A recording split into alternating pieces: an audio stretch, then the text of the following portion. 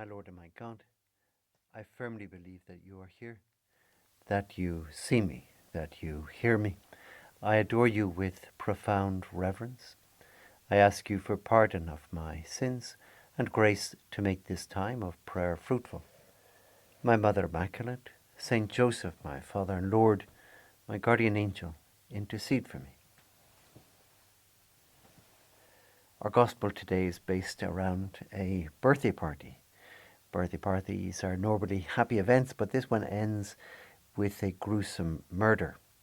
It takes place in a fortress palace, Macarius, we know now, the palace of Herod Antipas, one of the sons of Herod the Great.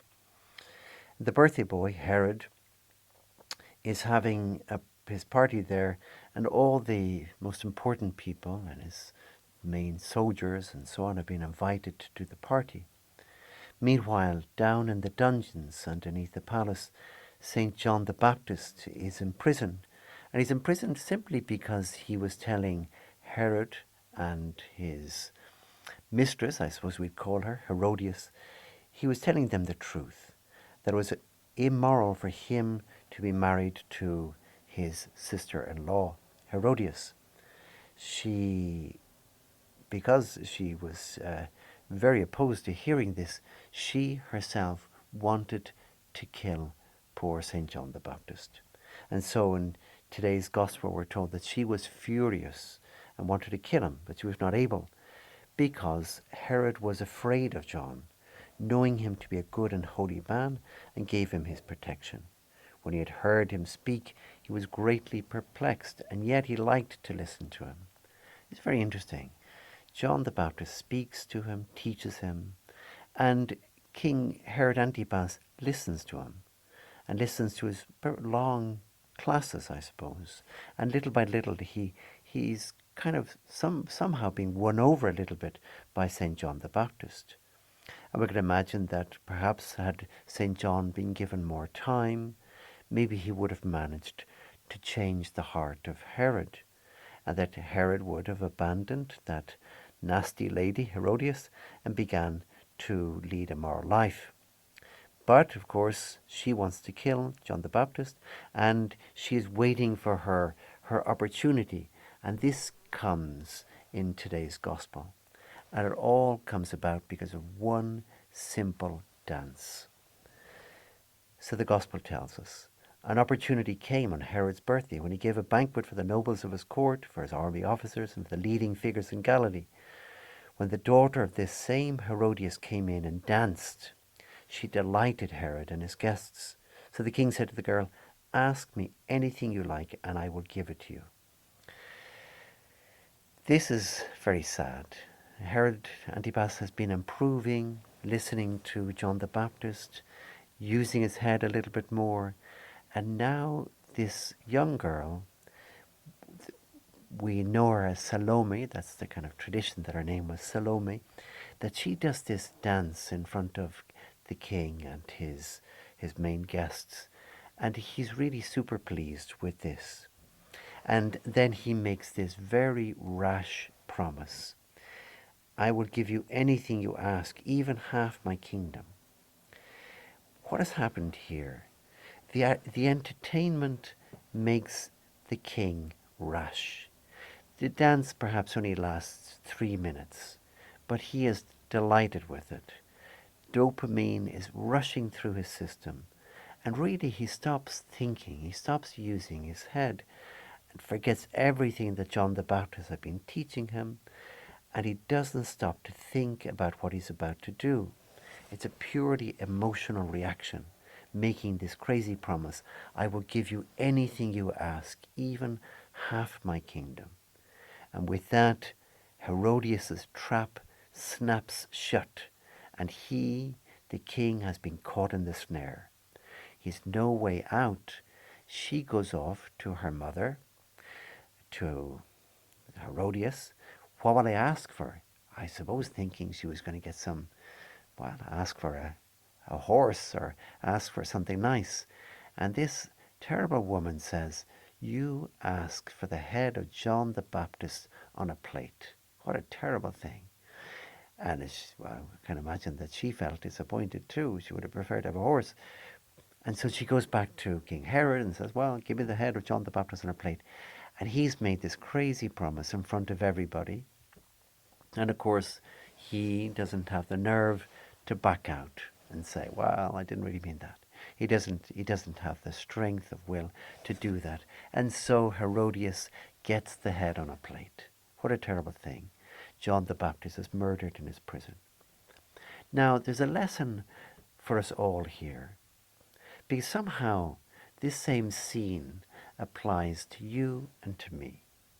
This might sound strange, but when you think of it, maybe it makes a lot of sense. The dancer Salome is, for you and for me, TikTok, Instagram, YouTube Shorts. The organizer, Herodias, is for you and for me, the designer of these apps and their algorithms. And just as Herodias knows Herod so well, she knows exactly what's going to happen, all his weak points, and she's able to exploit them perfectly to get what she wants. Likewise, the designers of those algorithms know you and know me really well. They know just what you cannot resist. They know you love the puppies or you love the whatever it is. Those unattractive designers, like Herodias, they send a very attractive video, like Salome, to your phone. In fact, Salome lives in your pocket, and Herodias lives, well, perhaps in Silicon Valley in California.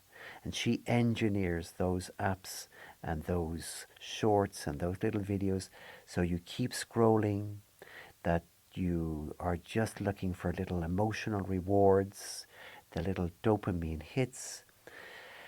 And just as Herodias gets what she wants that head on a plate, so those designers get what they want.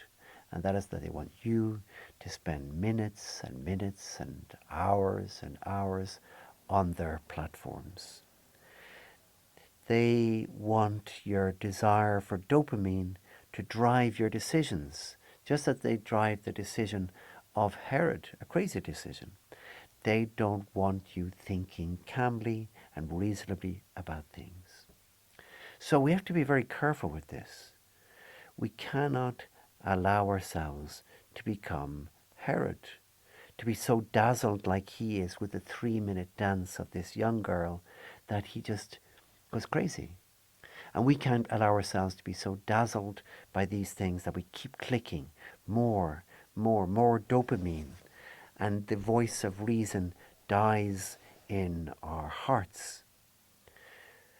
What should you do? What should I do? Well, it's not a question that Jesus wants us to smash our phone. Rather, it is be intelligent. Don't overdo it. Don't binge. That wonderful new saint, St. Carlo Acutis, was a gamer. He loved his gaming. But he was a wise fellow, and he knew I can't game for hours every day. That's a terrible waste of time. It's a great relaxation, he found, but I can't spend hours gaming every day. So what did he say? 1 hour a week. So for us, let us put Herodias away. And let's not have Salome living in our pocket. Let's do practical things. For example, read long things. That's like engaging with John the Baptist, like Herod listening to John the Baptist. Read books. Listen to longer podcasts even. Watch less short form stuff, less Salome stuff, or better even, no Salome stuff. Have real conversations. Protect your silence. Build habits of attention. And above all, do more of what you're doing now. Pray. These 10 minutes, they're very short. 3 Salome dances and a little bit, and that's it. But how important these 10 minutes are, as they were almost spent with John the Baptist, leading or listening to reason and to more profound things than we're ever going to find in a Salome dance. Let's ask Our Lady also to help us to be like John the Baptist, wise, not like Herod.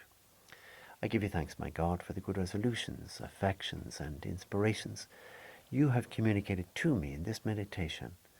I ask you for help to put them into effect. My Mother Immaculate, Saint Joseph, my Father and Lord, my guardian angel, intercede for me.